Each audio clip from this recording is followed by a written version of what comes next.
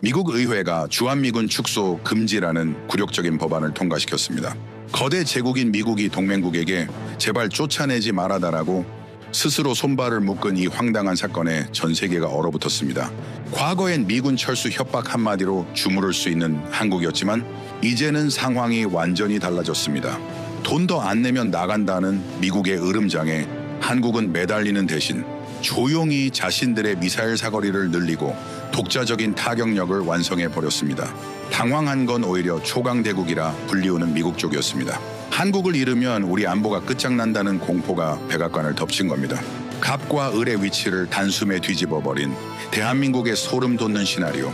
대체 무슨 일이 벌어진 걸까요? 지금부터 모든 이야기를 들려드리겠습니다. 영상을 시청하신 후 마음에 드신다면 좋아요와 구독 버튼을 꼭 눌러주세요. 여러분의 관심이 저에겐 큰 힘이 됩니다. 그럼 바로 시작하겠습니다. 제국은 외부의 적에게 무너지지 않습니다. 역사를 보면 압니다. 로마도 대영 제국도 소련도 결국 안에서부터 썩어 들어갔죠. 외부의 칼이 아니라 내부의 부패가 제국을 끝냈습니다. 저는 지금 미국에서 그 냄새를 맡고 있습니다.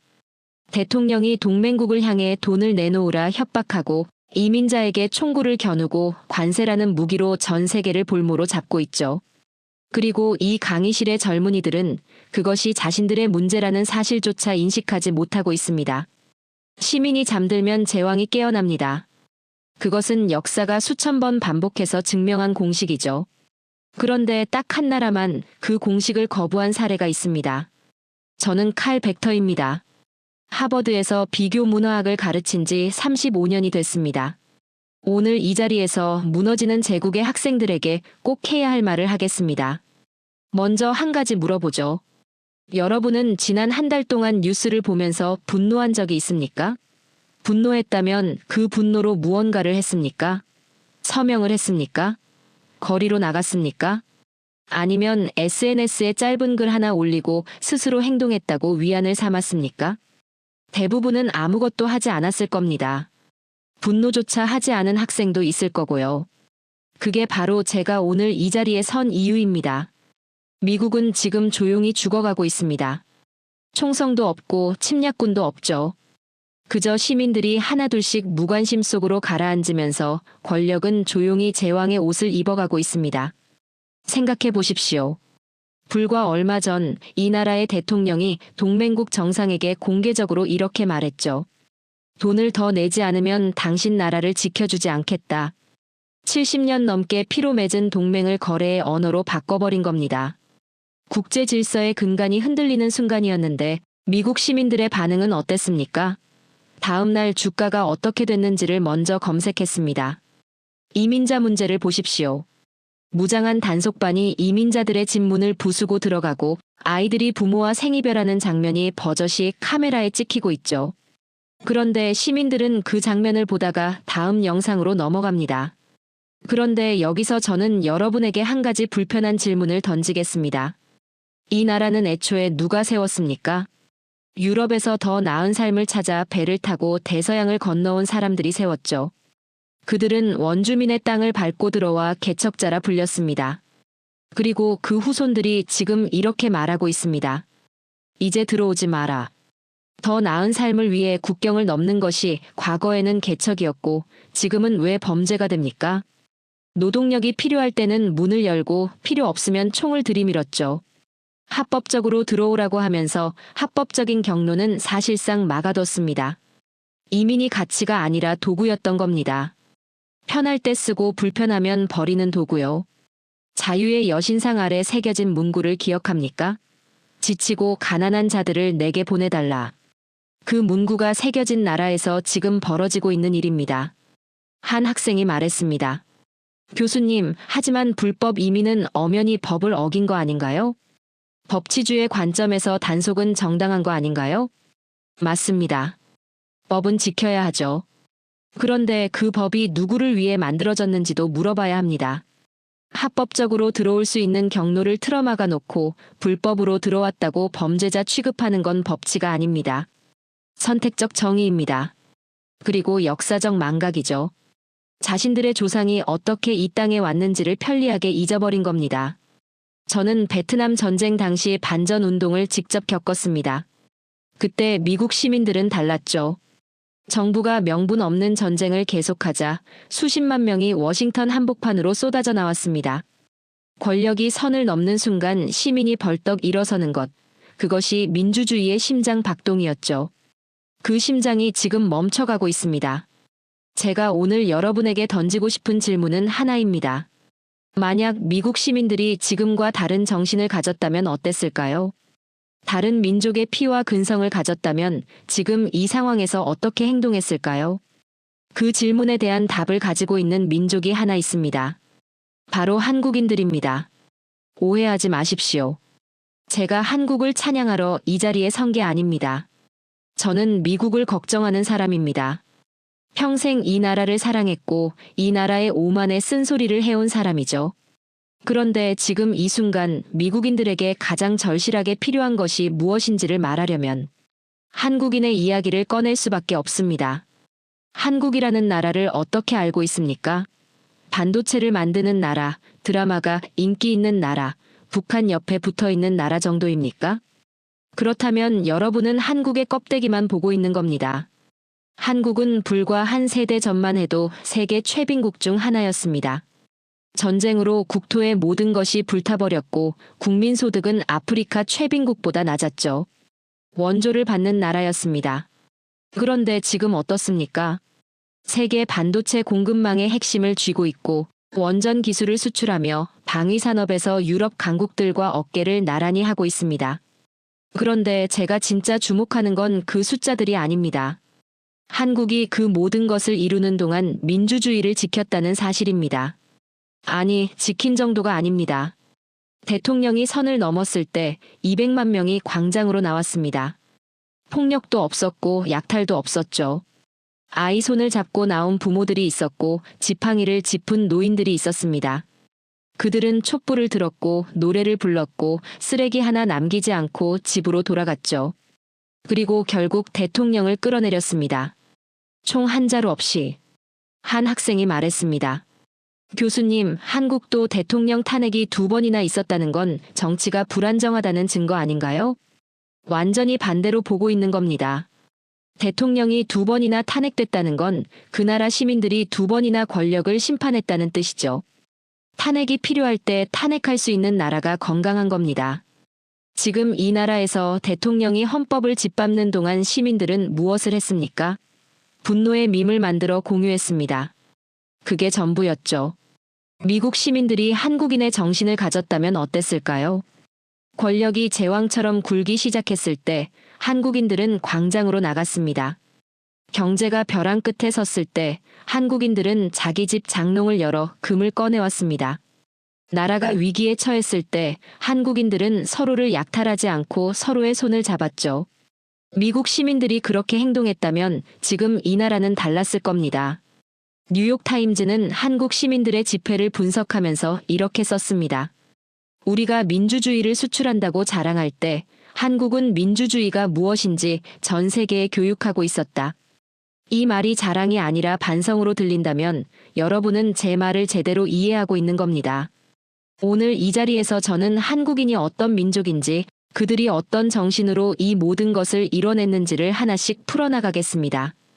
그리고 그 이야기를 들으면서 여러분 스스로에게 물어보십시오.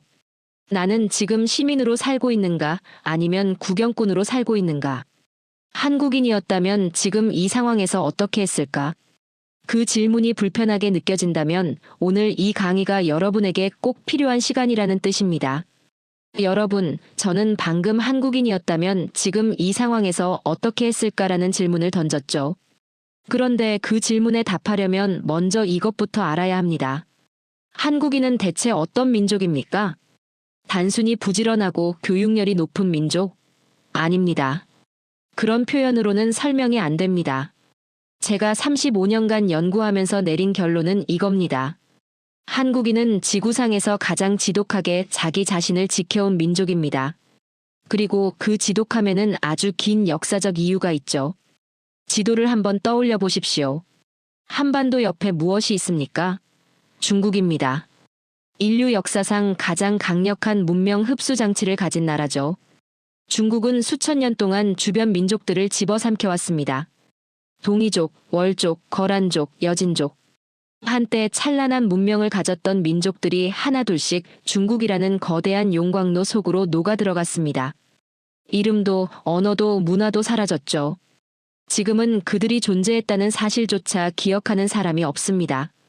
그런데 한국은 살아있습니다. 5,000년이 지난 지금도 한국어를 쓰고 한국 문화를 유지하고 한국인이라는 정체성을 가지고 있죠. 중국이라는 블랙홀 옆에서 5,000년을 버텨낸 겁니다. 여기서 중요한 사실이 하나 있습니다. 한국은 중국이 가장 탐냈던 땅이었습니다. 농사를 지을 수 있고 사람이 정착해서 살기 좋고 전략적으로도 요충지였죠. 중국 입장에서는 반드시 집어삼켜야 할 최우선 대상이었습니다.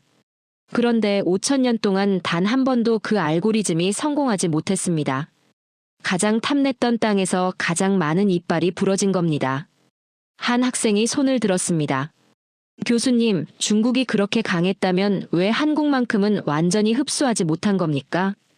바로 그게 오늘 제가 풀어드릴 이야기입니다. 그리고 그 답을 알고 나면 왜 한국인이 지금 이 시대에도 이렇게 강한지가 저절로 이해될 거예요. 첫 번째 비밀은 문자입니다. 중국에 흡수된 민족들의 공통점이 뭔지 아십니까? 중국 문자를 받아들인 순간부터 서서히 녹아들어갔습니다. 문자는 단순한 기호가 아닙니다. 문자로 생각하고, 문자로 꿈을 꾸고, 문자로 자식에게 세상을 가르치죠. 중국 문자로 생각하기 시작하면 어느 순간 중국인처럼 생각하게 됩니다. 그게 문명 흡수의 실체입니다. 땅을 빼앗기 전에 먼저 정신을 빼앗는 거죠. 중국 주변의 수많은 민족들이 그렇게 사라졌습니다. 칼이 아니라 문자에 정복당한 겁니다. 그런데 한국은 그 흡수 경로를 차단했습니다. 15세기 세종대왕이 한글을 창제했을 때 기득권 세력은 거세게 반발했습니다. 한자를 버리면 중국과의 관계가 틀어진다고 했죠. 그런데 세종은 밀어붙였습니다. 우리 백성이 우리말로 생각하고 우리말로 기록해야 한다고. 그것이 곧 우리가 우리로 존재하는 방법이라고요. 제국은 땅을 뺐지만 진짜 무서운 제국은 사람의 이름을 뺐습니다. 한글은 그 이름을 지키는 성벽이었죠. 동아시아 전체가 한자 문화권으로 묶여 들어갈 때 한국만이 독자적인 문자로 정신의 독립을 선언한 겁니다. 그 결단 하나가 5,000년 정체성을 지키는 최후의 방어선이 됐습니다. 두 번째 비밀은 싸우는 방식입니다. 당나라가 한반도를 집어삼키려 했을 때 신라는 정면으로 맞섰습니다. 나당 전쟁입니다. 당시 당나라는 세계 최강이었죠. 누가 봐도 무모한 싸움이었습니다. 그런데 신라는 이겼습니다. 그것도 완벽하게요. 이 승리가 중요한 이유가 있습니다. 이 전쟁 이후 당나라는 한반도를 정복의 대상이 아니라 관리의 대상으로 바꿨습니다. 이 땅을 먹으려면 치러야 할 대가가 너무 크다는 걸 깨달은 거죠. 한국인은 그 대가를 제국의 뼈에 각인시킨 겁니다. 몽골을 보십시오. 칭기즈칸의 후예들이 전 세계를 휩쓸던 시절 몽골 기마군단 앞에 무릎을 꿇지 않은 나라가 거의 없었습니다. 유럽도 떨었고 중동도 무너졌죠. 그런데 한국은 강화도로 근거지를 옮기고 30년을 버텼습니다. 세계 최강의 기마군단이 갯벌에 발이 묶여 30년을 허비한 겁니다. 한 학생이 손을 들었습니다. 교수님, 30년을 버티는 동안 한국 백성들이 감당해야 했던 피해도 엄청났을 텐데 왜 그렇게까지 버틴 겁니까? 바로 그 질문이 핵심입니다. 맞아요. 30년의 항전은 엄청난 희생을 요구했죠. 농토는 짓밟혔고 백성들은 고통받았습니다. 그런데 한국인들은 그 고통보다 더 두려운 것이 있었죠. 정체성을 잃는 것이었습니다. 땅은 다시 일굴 수 있습니다. 그런데 우리가 누구인지를 잃어버리면 다시는 되찾을 수 없어요. 그 30년의 버팀이 결국 세계를 정복한 제국으로 하여금 한국을 예우의 대상으로 바꾸게 만들었습니다. 몽골이 타협을 선택하게 만든 겁니다. 이게 한국인의 싸움 방식이죠. 역사학자들은 이렇게 말합니다. 한국인은 등이 벽에 닿았을 때 비로소 웃으며 달려드는 민족이라고요. 정복당하기엔 너무 지독하고 무시하기엔 너무 거대하다고요. 세 번째 비밀이 가장 중요합니다. 한국인은 시스템이 흔들려도 국민이 무너지지 않았습니다. 임진왜란 때를 보십시오. 일본군이 쳐들어오자 조정은 전략적 판단 아래 한양을 비우고 항전을 준비했습니다. 관군은 초반 전투에서 밀렸죠. 국가 시스템이 극도로 흔들리는 순간이었습니다. 보통의 나라였다면 그대로 무너졌을 겁니다. 그런데 한국은 달랐습니다. 전국 곳곳에서 평범한 농민들이 낫과 괭이를 들고 일어났습니다. 누가 시킨 것도 아니었습니다. 명령 체계도 없었죠. 그냥 일어났습니다. 이게 바로 의병이죠. 저는 이 현상이 전 세계 어디에서도 찾아볼 수 없는 한국만의 기묘한 본능이라고 생각합니다. 시스템이 멈추면 사람이 시스템이 되는 겁니다. 국가가 흔들리는 순간 국민이 국가를 대신하는 거죠. 이것이 한국인의 DNA 속에 새겨진 집단적 생존 본능입니다. 그런데 여기서 끝이 아닙니다. 한국인은 권력을 감시하는 시스템도 스스로 만들어냈습니다. 조선왕조실록을 아십니까? 조선 왕조 500년간의 역사를 기록한 방대한 문서입니다. 그런데 이 기록에는 특별한 규칙이 하나 있었죠. 왕조차 자신에 대한 기록을 볼 수 없었습니다. 살아있는 동안에는 절대로요. 왕이 오늘 무슨 말을 했는지, 어떤 결정을 내렸는지, 누구를 만났는지 사관이 모두 기록합니다. 심지어 왕이 이건 적지 말라고 한 말 자체도 그대로 적어버리죠. 그리고 그 기록은 왕이 죽은 뒤에야 공개되죠. 역사 앞에 벌거벗겨지는 겁니다. 이게 무슨 의미입니까? 아무리 강력한 왕이라도 역사에 어떻게 기록될지를 의식할 수밖에 없었죠. 폭군으로 기록될 것인가, 성군으로 기록될 것인가. 죽은 뒤에 평판이 살아있는 권력자의 행동을 제약한 겁니다. 서구에서 민주주의라는 개념이 등장하기 수백 년 전에 한국은 이미 권력을 견제하는 시스템을 작동시키고 있었던 거죠. 유럽의 역사학자들이 조선왕조실록의 존재를 처음 알았을 때 이것을 민주주의의 고고학적 발견이라고 불렀습니다. 왕의 권력을 기록이라는 무기로 통제한 나라. 세계 어디에도 없었던 시스템이에요. 그리고 이것이 바로 제가 말하려는 핵심입니다. 다른 나라의 시민들은 국가의 눈치를 봅니다. 권력자가 무섭고 시스템이 두렵고 찍히면 어떡하나 걱정하죠. 그래서 침묵합니다. 그래서 체념합니다. 그런데 한국은 반대입니다. 국가가 국민의 눈치를 봐야 하는 나라를 스스로 만들어낸 겁니다. 수백 년 전에는 기록으로 왕을 통제했고 현대에는 광장으로 대통령을 심판했죠. 총도 없이 폭력도 없이 오직 시민의 의지만으로요. 이 나라에서 권력자가 가장 두려워하는 건 군대가 아닙니다. 국민입니다. 그게 진짜 민주주의입니다. 교과서에 적힌 민주주의가 아니라 살아 숨쉬는 민주주의죠. 여러분, 다시 처음 질문으로 돌아가겠습니다. 한국인이었다면 지금 이 상황에서 어떻게 했을까요? 왕조차 감히 건드리지 못했던 기록에 칼을 갈았을 겁니다. 시스템이 흔들리면 스스로 시스템이 됐을 거예요. 그리고 권력이 선을 넘는 순간 광장으로 나갔을 겁니다. 5,000년 동안 단련된 민족의 본능이 그렇게 만들어진 겁니다. 여러분, 항복이란 무엇입니까? 서구의 역사에서 항복은 합리적인 선택이었습니다. 성이 함락되면 지배자를 바꾸고 세금을 내고 살아남으면 됐죠. 로마에 정복된 민족들이 그렇게 했고 나폴레옹에게 무릎 꿇은 나라들이 그렇게 했습니다. 어차피 지는 싸움이라면 피해를 최소화하는 게 이성적이라는 겁니다. 그런데 한국인에게 항복은 선택지에 없었습니다. 대신 그들이 선택한 건 더 무서운 것이었죠. 적이 이 땅을 밟는 순간 적이 얻을 수 있는 모든 것을 스스로 없애버리는 겁니다. 곡식을 불태우고 우물을 메우고 집을 허물었습니다. 수확을 앞둔 황금빛 들판에 직접 횃불을 던졌죠. 이게 바로 청야 전술입니다. 생각해 보십시오. 이건 보통 각오로는 불가능한 겁니다. 내 손으로 씨를 뿌리고 내 손으로 갖고 온 들판입니다. 그 들판이 타들어가는 걸 눈으로 보면서 횃불을 던져야 하죠.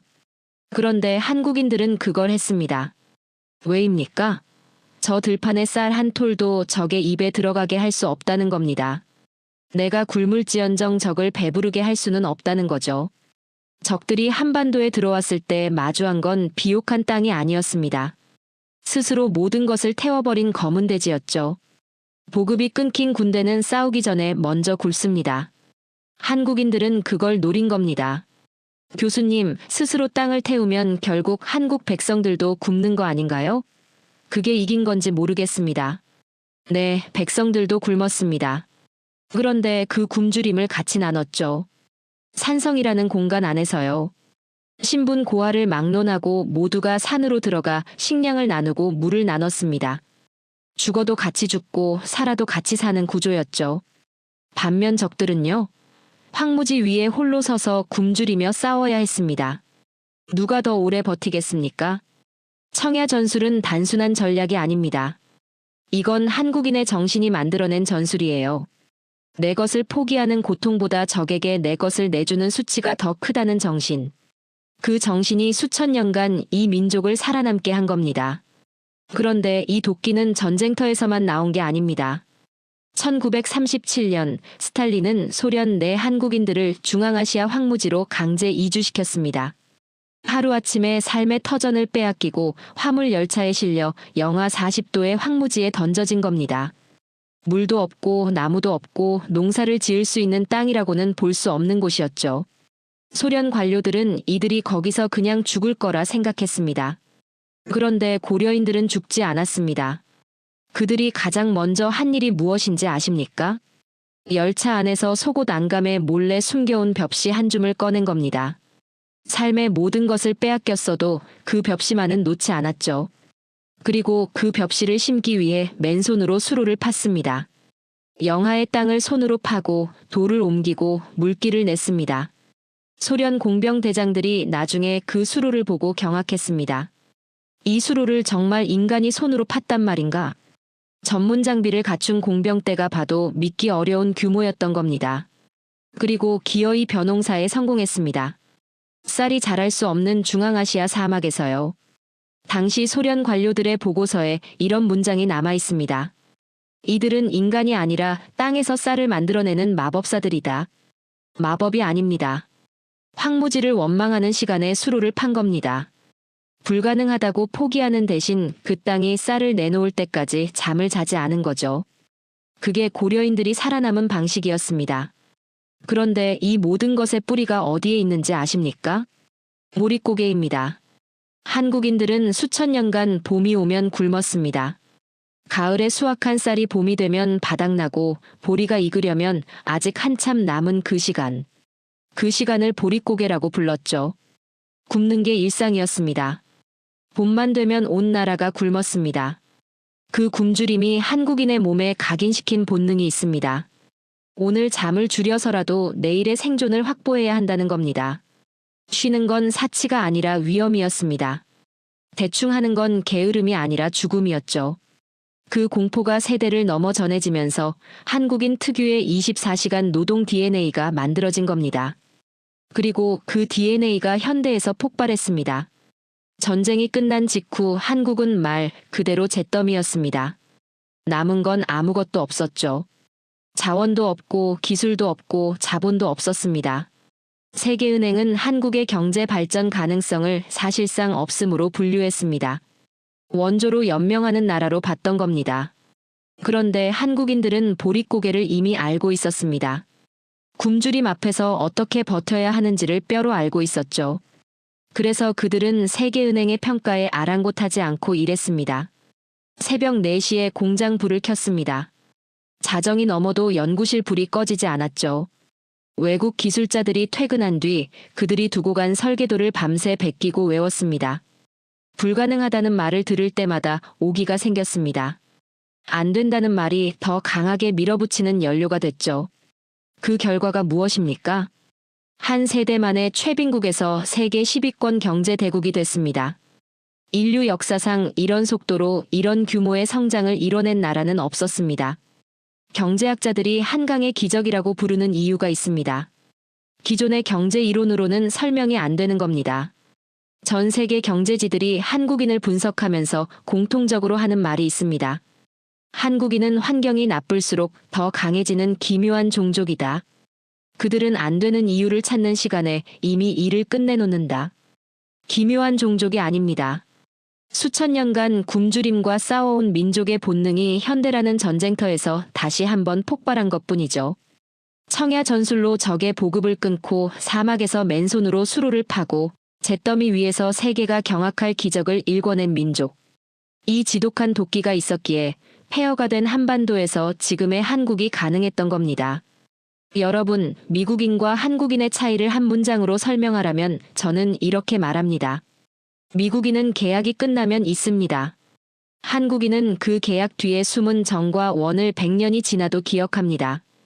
정이란 받은 은혜를 절대 잊지 않는 것이고 원이란 당한 수치를 절대 잊지 않는 겁니다. 한국인은 이 두 가지를 동시에 품고 사는 민족이죠. 그리고 때가 오면 반드시 돌려줍니다. 오늘은 그 이야기를 하겠습니다.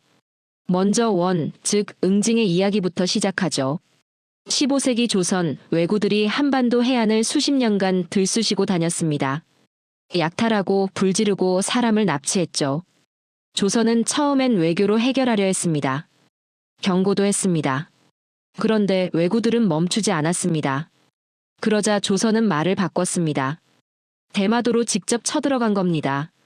왜구의 근거지 자체를 싹 쓸어버렸습니다. 이게 기회동정, 대마도 정벌입니다. 메시지는 단순했죠. 좋은 말로 할 때 듣지 않으면 뿌리를 뽑는다. 경고는 한 번이고 행동은 끝장을 본다. 한국인의 보복 방식은 늘 이렇습니다. 참을 때는 한없이 참다가 한 번 움직이면 근거지까지 갑니다. 신비항요 이야기를 해보죠. 1871년 미국 함대가 조선을 개항시키겠다며 강화도를 공격했습니다. 화력 차이는 비교가 안 됐죠. 조선군은 압도적인 열세였습니다. 결과만 보면 미군이 이겼습니다. 광성보가 함락됐고 조선군은 전멸에 가까운 피해를 입었습니다. 그런데 이상한 일이 벌어졌습니다. 미군이 서둘러 물러난 겁니다. 이겼는데 물러난 거죠. 왜일까요? 미군 장교들의 기록에 이런 문장이 남아 있습니다. 우리는 이겼지만 저들의 눈빛에 질렸다. 총이 떨어지자 돌을 던졌고 돌이 떨어지자 빈 총구를 휘두르며 달려들었습니다. 항복이라는 개념 자체가 없는 사람들을 본 겁니다. 몸은 이겼지만 정신은 진 겁니다. 어재현 장군의 수작이 그 깃발을 미군이 전리품으로 가져갔습니다. 그런데 한국은 그 깃발을 136년 동안 잊지 않았습니다. 끝끝내 돌려받았죠. 136년을 기억하는 민족입니다. 한 학생이 물었습니다. 교수님, 그렇게 끝까지 물고 늘어지는 게 외교적으로는 손해 아닌가요? 적당히 잊고 넘어가는 게 실용적인 거 아닌가요? 실용적이라고요? 사과하지 않아도 시간이 지나면 잊어버린다는 걸 상대가 알면 어떻게 됩니까? 또 똑같은 짓을 하죠. 한국인의 집요함이 무서운 건 그게 감정이 아니라 원칙이기 때문입니다. 선을 넘으면 반드시 대가를 치른다는 원칙. 그 원칙이 있어야 상대가 함부로 못하는 겁니다. 일제강점기를 보십시오. 나라를 빼앗긴 상황에서도 한국인들은 포기하지 않았습니다. 안중근 의사가 하얼빈역에서 이토 히로부미를 처단한 건 단순한 암살이 아니었죠. 나라를 빼앗은 자에게는 반드시 대가가 따른다는 것을 세계 앞에 선언한 겁니다. 그리고 끝내 독립을 쟁취했습니다. 한국인은 잊지 않습니다. 다만 기회를 기다릴 뿐이죠. 일본의 한 정치인이 이런 말을 남겼습니다. 한국인은 잊을만 하면 다시 꺼낸다. 그들은 사과를 받을 때까지 멈추지 않는 세계에서 가장 피곤하고도 무서운 민족이다. 피곤하다고요? 그 피곤함이 정의를 지키는 힘입니다. 이제 정, 즉 보훈의 이야기를 해보죠. 6.25 전쟁 당시 에티오피아는 참전했습니다. 당시 에티오피아는 세계에서 가장 가난한 나라 중 하나였습니다. 자국 사정도 어려운데 지구 반대편 낯선 나라를 위해 군인을 보낸 겁니다. 한국을 위해 싸우다 전사한 에티오피아 병사가 122명이었습니다. 한국은 그 122명을 잊지 않았습니다. 70년이 지난 지금도 한국 정부와 민간단체들이 에티오피아 참전용사 후손들의 교육을 지원하고 생활을 돕고 있죠. 에티오피아의 한 노병이 한국이 보내준 보청기를 끼고 처음으로 소리를 들었을 때 이렇게 말했습니다. 한국은 우리를 잊지 않았다. 그리고 울었습니다. 70년 전 받은 은혜를 자손 대대로 갚는 나라. 세계 어디에 이런 나라가 있습니까? K라이스 벨트 이야기도 빼놓을 수 없습니다. 과거 쌀이 없어 굶주리던 나라가 이제 아프리카 8개국의 한국형 농법과 종자를 통째로 이식하고 있습니다. 우리가 굶어봤기에 당신들은 굶기지 않겠다는 겁니다. 보릿고개의 서름을 아는 민족만이 할 수 있는 보은이죠. 튀르키의 지진 때를 보십시오. 지진 소식이 전해지자마자 한국 전국에서 구호 물품이 쏟아졌습니다. 물류가 마비될 정도로요. 형제의 나라라는 단어 하나에 전 국민이 계산기도 두드리지 않고 지갑을 열었죠. 튀르키예 대통령이 공개석상에서 눈물을 흘리며 한국에 감사를 표했습니다. 이게 한국인의 인성입니다. 기술도 마찬가지입니다. 과거 한국은 선진국 기술자들 앞에서 설계도를 받아 적는 나라였습니다. 무시당하고 하청을 받고 기술 이전을 거절당했죠. 그 서름을 온몸으로 겪은 나라가 이제 동남아와 남미의 최첨단 기술을 아낌없이 가르쳐주고 있습니다. 과거 자신들이 당했던 그 냉대를 절대 되풀이하지 않겠다는 겁니다. 한 학생이 물었습니다. 교수님, 그게 전략적 계산 아닌가요? 기술을 가르쳐주면 나중에 협력국이 생기니까요. 물론 결과적으로 그렇게 되기도 하죠. 그런데 전략적 계산이라면 에티오피아 노병의 보청기를 70년 뒤에 챙길 이유가 없습니다. 튀르키예 지진에 물류가 마비될 정도로 구호품을 보낼 이유가 없죠. 한국인의 보호는 손익계산에서 나온 게 아닙니다. 받은 은혜를 잊으면 사람이 아니라는 정신에서 나온 겁니다. 국제정치 전문가들이 한국인에 대해 이런 말을 합니다. 한국인은 친구가 되면 간이라도 빼주지만 적이 되면 지구 끝까지 쫓아오는 민족이다. 그들과는 절대 원수를 지지 마라. 받은 건 100배로 돌려주고 당한 건 반드시 대가를 묻는 나라. 이 지독한 인성이 한국을 지금의 한국으로 만든 겁니다. 재난이 오면 여러분은 무엇을 합니까? 2005년 허리케인 카트리나가 뉴올리언스를 덮쳤을 때 미국 시민들이 한 행동을 기억하십니까? 마트 진열대가 텅텅 비었고 총을 든 사람들이 이웃의 집을 털었습니다. 세계 최강 대국의 민낯이 카메라에 고스란히 찍혔죠. 정부는 늑장 대응했고 시민들은 서로를 약탈했습니다. 그런데 지구 반대편에서는 정반대의 일이 벌어졌습니다. 1997년 한국에 외환위기가 닥쳤습니다. 국가 부도 직전이었죠. 기업들이 무너지고 실업자가 쏟아졌습니다. 국제통화기금이 들어왔고 전문가들은 한국 경제가 해체될 거라 봤습니다. 그때 한국 시민들이 한 행동이 무엇인지 아십니까? 줄을 섰습니다. 은행 앞에요. 그런데 뺏으러 간 게 아닙니다. 내놓으러 간 겁니다. 결혼 반지를 들고 나온 부부가 있었고 아기 돌반지를 들고 나온 할머니가 있었습니다. 금메달을 들고 나온 운동선수도 있었죠. 나라가 어렵다는 말 한마디에 전 국민이 장롱을 열었습니다. 350만 명이 참여했습니다. 모인 금이 227톤이었죠. 전 세계 경제학자들이 경악했습니다. 자본주의 역사상 있을 수 없는 일이라고 했습니다. 국민이 자발적으로 사재산을 국가에 내놓는 일은 어떤 경제 교과서에도 나오지 않는 현상이었죠. 골드만삭스의 한 분석가가 나중에 이런 말을 남겼습니다. 한국의 경제 지표에는 국민의 결집력이라는 수치가 빠져 있다. 그것이 매번 우리의 예측을 틀리게 만드는 변수다. 수치로 잡히지 않는 변수. 그게 한국인의 공동체 본능입니다. 태안 이야기를 해보겠습니다.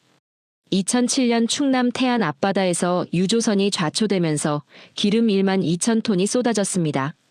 서해 바다가 검게 물들었죠. 전문가들이 나와서 선언했습니다. 복구에 최소 100년이 걸릴 것이라고요. 그 말이 떨어지기가 무섭게 전국에서 사람들이 몰려왔습니다.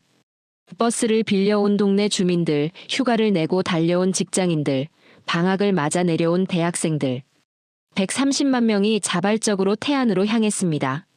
손에는 고무 장갑과 걸레를 들고서요. 매서운 바닷바람을 맞으며 바위 하나하나를 닦았습니다.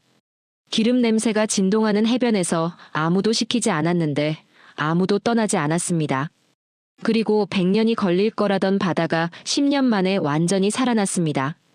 130만 명의 손길이 스친 자리에서 검은 기름이 걷히고 생명이 돌아온 겁니다. 기적이 아닙니다.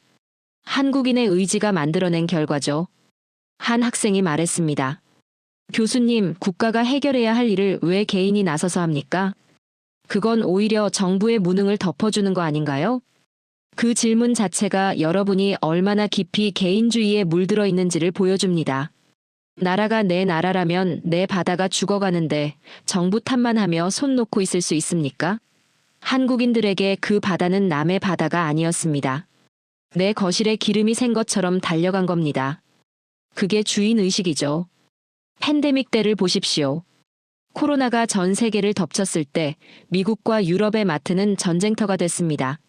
화장지가 사라지고 생수가 사라지고 사람들이 물건을 쌓아두기 위해 서로 밀쳤죠. 사재기가 일상이 됐습니다. 한국은 달랐습니다. 마스크가 부족해지자 정부가 배급제를 실시했습니다. 줄이 길었죠. 그런데 새치기가 없었습니다. 내가 다 사면 이웃이 못 산다는 걸 알았으니까요.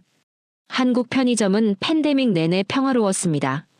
이웃을 믿는 그 마음이 어떤 방역 시스템보다 강력한 방어막이었던 겁니다. 여기서 한 가지 흥미로운 사실이 있습니다. 한국인들은 평소에 엄청나게 싸웁니다. 정치 성향으로 싸우고 지역으로 싸우고 세대로 싸우죠. 인터넷 댓글창은 전쟁터고 선거 때마다 나라가 두 쪽이 납니다. 외국인들이 보면 어떻게 이 나라가 하나로 유지되는지 신기할 정도입니다. 그런데 위기가 오면 달라집니다. 공동체가 무너질 수 있다는 신호가 오는 순간 모든 갈등이 멈춥니다. 어제까지 싸우던 사람들이 같은 방향을 향해 움직이기 시작하죠. 마치 하나의 거대한 유기체처럼요. 2002년 월드컵 때를 보십시오. 수백만 명이 거리로 나왔습니다. 서울 광화문 광장이 사람으로 가득 찼죠. 유럽 기자들이 그 광경을 보면서 이렇게 물었습니다. 어떻게 수백만 명이 모였는데 상점 유리창 하나 깨지지 않는단 말인가? 그 수백만 명이 머문 자리에 쓰레기 하나 남기지 않고 해산했습니다. 승리했을 때도 패배했을 때도 마찬가지였죠. 수해가 나면 개인 트럭과 굴착기를 끌고 현장으로 달려가는 사람들이 생깁니다. 국가의 보상을 기대하는 게 아닙니다. 나라가 공경에 처했는데 손 놓고 있을 수 없다는 겁니다. 그리고 수능날을 보십시오. 한국에서는 대학 수학능력 시험날 비행기가 뜨지 않습니다. 영어 듣기 평가 시간에 이착륙이 전면 통제되죠. 출근 시간이 늦춰집니다. 경찰이 수험생을 태운 오토바이로 달립니다. 온 나라가 숨을 죽입니다. 이게 무슨 의미입니까? 가난을 공동체의 힘으로 끊겠다는 겁니다. 내 아이의 시험이 아니라 우리 아이들의 시험이라는 겁니다. 교육을 개인의 성취가 아닌 국가 전체의 도약으로 보는 집단적 향상심이죠. BBC와 르몽드가 한국을 분석하면서 이런 표현을 썼습니다. 한국은 시스템이 무너지면 시민이 그 시스템 자체가 된다. 그들은 국가라는 기계의 부품이 아니라 스스로 기계를 수리하는 정비사들이다. 약탈이 기본값인 제국들에게 한국의 질서는 공포에 가까운 전율입니다. 위기 앞에서 서로를 약탈하는 나라와 위기 앞에서 서로의 손을 잡는 나라. 어느 쪽이 진짜 강한 나라입니까? 그 답이 지금 한국이 서 있는 자리를 설명합니다. 미국 기업이 무엇을 위해 존재하는지 아십니까?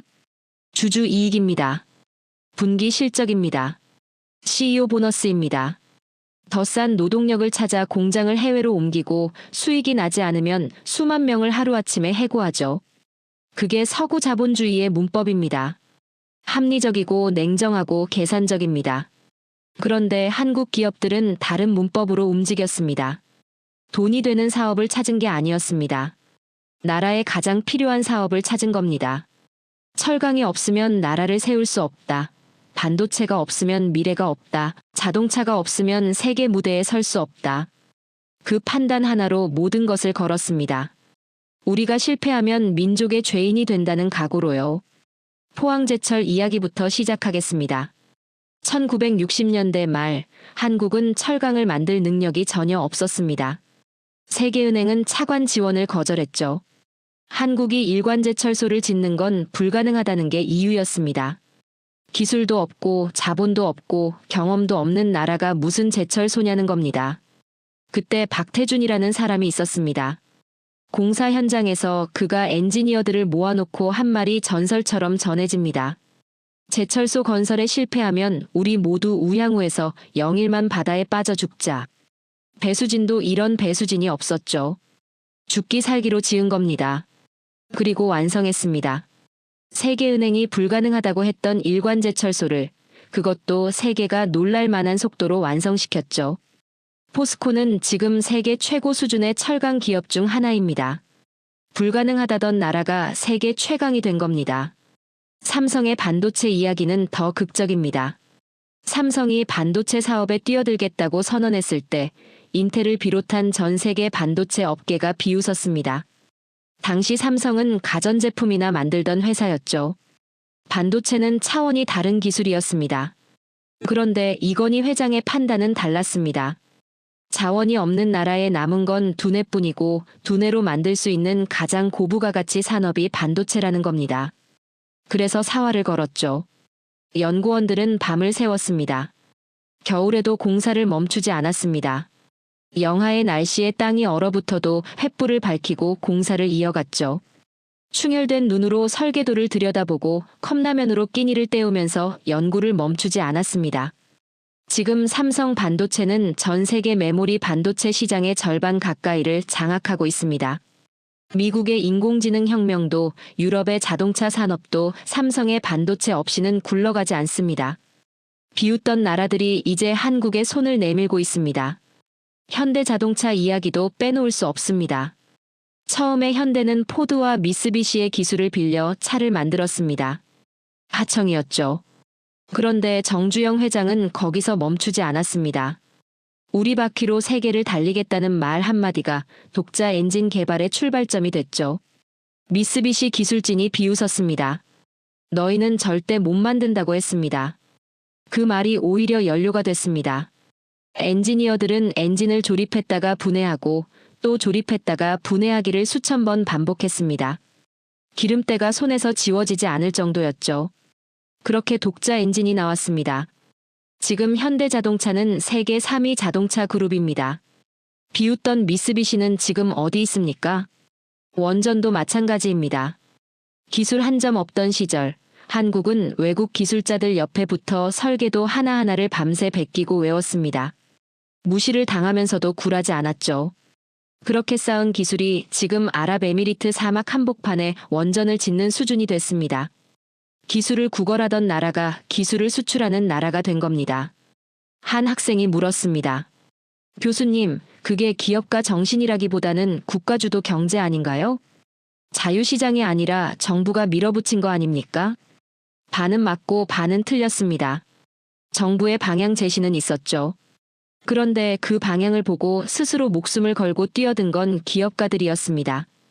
영일만 바다에 빠져 죽자고 한 건 정부가 아니라 박태준이었습니다. 반도체의 회사의 모든 것을 건 건 관료가 아니라 이건희였습니다. 국가의 명령이 아니라 민족의 사명감으로 움직인 겁니다. 그 차이가 결정적이죠. 한국 기업의 또 다른 특징이 있습니다. 위기가 오면 수익보다 국익을 먼저 챙깁니다. 팬데믹 초기 마스크가 부족해졌을 때 한국 기업들은 수출 단가를 올리지 않았습니다. 오히려 생산 라인을 마스크 생산으로 전환했죠. 물류 대란이 생기면 전 세계 네트워크를 가동해서 문제를 해결했습니다. 포브스와 블룸버그가 한국 기업을 분석하면서 공통적으로 하는 말이 있습니다. 한국 기업들은 단순한 영리 단체가 아니다. 국가의 생존을 책임진 최전방 군대처럼 움직인다. 이것이 서구 기업들이 한국을 이길 수 없는 결정적 이유다. 삼성의 반도체, 포스코의 철강, 현대의 자동차는 상품이 아닙니다. 한국인들이 세계라는 전장에 내놓은 생존의 증거입니다. 서구의 CEO들이 보너스를 계산할 때 한국의 창업주들은 자식들에게 물려줄 강한 나라를 계산했습니다. 대충 하는 것을 죄악으로 여기는 이 집단적 지독함이 몰락하는 강대국들 사이에서 한국을 지탱하는 엔진입니다. 여러분, 제국은 어떻게 움직입니까? 자비로 움직이지 않습니다. 오직 이익과 두려움으로 움직이죠. 줄 것이 있으면 파트너고 줄 것이 없으면 부담입니다. 강하면 존중하고 약하면 이용합니다. 그게 제국의 문법이고 그 문법은 수천 년 동안 변하지 않았습니다. 그렇다면 한국은 미국에게 무엇입니까? 과거에는 보호해야 할 약소국이었습니다. 원조를 퍼부어야 할 나라였죠. 미군이 있어야 겨우 버티는 나라였습니다. 그래서 미국은 한국을 길들이려 했습니다. 방위비를 올리고 기술 이전을 막고 미사일 사거리를 제한했죠. 42년 동안이나요. 그런데 지금은 다릅니다. 미국 대통령이 주한미군을 빼겠다고 협박했을 때 한국이 어떻게 반응했는지 아십니까? 울며 매달리지 않았습니다. 조용히 미사일 발사대를 점검했습니다. 방위비 협상 이야기를 먼저 해보겠습니다. 트럼프 행정부가 한국에 방위비를 대폭 올려내라고 압박했습니다. 기존의 5배에 가까운 금액이었죠. 미국 측 논리는 단순했습니다. 우리가 지켜주고 있으니 돈을 내라는 겁니다. 협박의 언어로 포장된 청구서였죠. 한국은 거절했습니다. 1년 넘게 버텼습니다.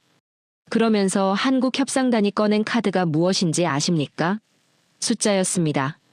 한국이 미국 안보 전략에 제공하는 무형의 가치를 데이터로 만든 겁니다. 평택 기지 부지 제공, 동북아 억제력 유지, 한국군의 자체 방위 분담 비율. 이 모든 것을 수치화해서 미국 측 협상 테이블에 올려놨습니다. 우리는 용병이 아닙니다. 그리고 우리가 이미 내고 있는 것들을 계산해 보십시오. 미국이 청구한 금액보다 한국이 이미 부담하고 있는 가치가 훨씬 크다는 걸 논리로 증명한 겁니다. 감정이 아니라 팩트로 싸운 거죠. 결국 미국은 요구를 낮췄습니다. 제국의 억지 논리를 데이터로 격파한 겁니다. 그리고 미국 의회가 움직였습니다. 대통령의 독단을 막기 위해 미국 의회는 국방수권법에 명시적 조항을 삽입했습니다. 주한미군을 일정 수준 이하로 줄이지 못한다는 내용이었죠. 미국 하원위원회에서 이 법안이 논의될 때 의원들이 한 말이 있습니다. 한국을 잃으면 미국이 동북아에서 발을 디딜 곳이 없어진다. 제국의 의회가 스스로 법을 만들어 자국 군대를 한국에 묶어둔 겁니다. 잠깐 생각해 보십시오. 미국이 한국의 군대를 주둔시키는 겁니까? 아니면 한국이 미국 군대를 붙잡아 두는 겁니까? 누가 갑이고 누가 을입니까? 한 학생이 물었습니다. 교수님, 그래도 핵을 가진 북한이 있는 한미군이 없으면 한국이 위험한 거 아닌가요? 위험한 건 한국이 아닙니다. 미국이죠. 평택 캠프 험프리스가 어떤 곳인지 아십니까? 여의도 면적의 5배가 넘는 세계 최대 해외 미군 기지입니다. 미국이 수십억 달러를 들여 지은 곳이죠. 거기에 병원, 학교, 주거시설까지 갖춰져 있습니다. 미국이 그냥 나올 수 있는 곳이 아닙니다. 동북아 전체의 전략 거점을 잃는 거니까요. 거기에 세계 반도체 공급망의 핵심까지 동시에 잃으면 미국이 패권을 유지할 수 있겠습니까? 한국은 이제 미국이 잃으면 가장 두려워할 나라가 됐습니다. 이 변화가 어떻게 가능했는지 아십니까? 42년 동안 한국의 손발을 묶었던 미사일 지침이 있었습니다. 한국이 독자적으로 만들 수 있는 미사일의 사거리와 탄두 중량을 제한한 겁니다. 동맹이라는 이름으로 실질적인 자주국방을 막은 거죠. 그런데 한국은 그 지침을 끝냈습니다. 이제 한국은 현무 시리즈를 보유하고 있습니다. 세계 최강 수준의 재래식 탄두 미사일이죠. 핵 없이도 전략적 억지력을 갖춘 겁니다. 거기에 잠수함 발사 탄도미사일까지 성공시켰습니다. 바닷속에서 조용히 떠올라 목표물을 타격하는 능력이죠. 세계에서 한국만이 가지고 있는 초고도화 기술입니다. 비핵화 원칙 속에서도 누구도 함부로 건드릴 수 없는 전략적 자율성을 확보한 겁니다. 방위비로 협박하던 나라에 이제는 우리가 없으면 당신들 전략이 흔들린다는 걸 증명해 보인 거죠.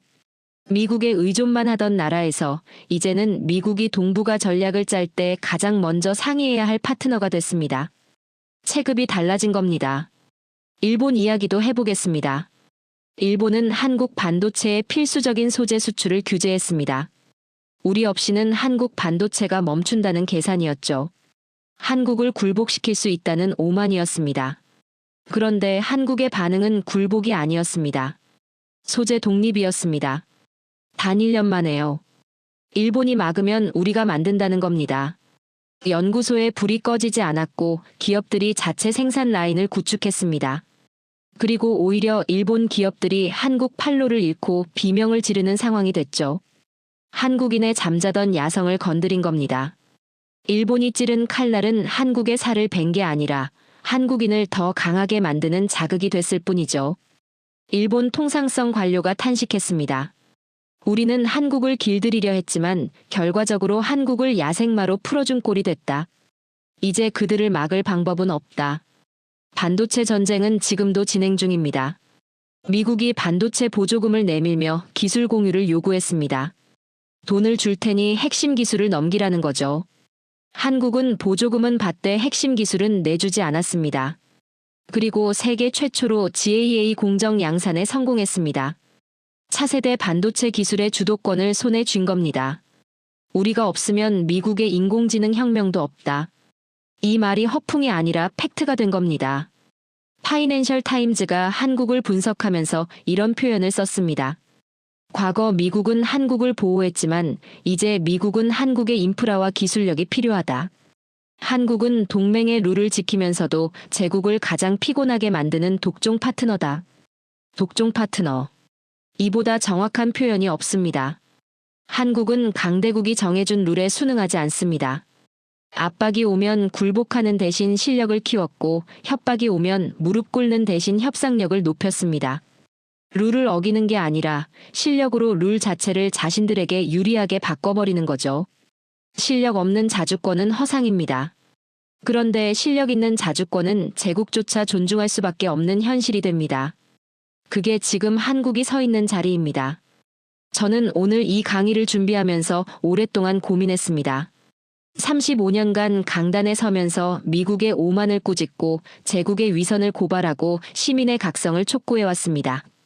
그런데 오늘처럼 이 나라의 미래가 두렵게 느껴진 적이 없었습니다. 동시에 오늘처럼 희망을 본 적도 없었습니다. 그 희망이 어디서 왔는지 아십니까? 한국입니다. 저는 이 강의를 통해 한국인의 이야기를 해왔습니다. 그런데 마지막 이 자리에서 분명히 해두고 싶은 것이 있습니다. 제가 한국을 이야기한 건 한국을 찬양하기 위해서가 아닙니다. 우리 미국인들이 그리고 나약해진 서구인들이 반드시 배워야 할 정신이 거기 있기 때문입니다. 배운다는 게 무슨 뜻입니까? 한국어를 배우라는 게 아닙니다. 한국 음식을 먹으라는 게 아닙니다. 한국인이 수천 년간 단련해온 그 마인드셋, 그 정신의 구조를 내 것으로 삼으라는 겁니다. 그게 무엇인지 지금부터 정리해드리겠습니다. 첫째, 한국인은 체념하지 않습니다. 이 강의에서 우리가 살펴본 한국의 역사를 돌아보십시오. 중국이라는 블랙홀 옆에서 5,000년을 버텼고 몽골 제국의 기마군단에 30년을 맞섰고 전쟁으로 모든 것이 불타버린 폐허에서 한 세대 만에 세계 10위권 경제를 일궈냈습니다. 2번이나 대통령을 평화적으로 심판하며 민주주의가 살아있음을 증명했습니다. 그 모든 순간에 한국인을 움직인 건 성공의 확신이 아니었습니다. 실패하면 끝장이라는 각오였죠. 배수진을 치고 퇴로를 지워버리고 그 자리에서 끝장을 보는 겁니다.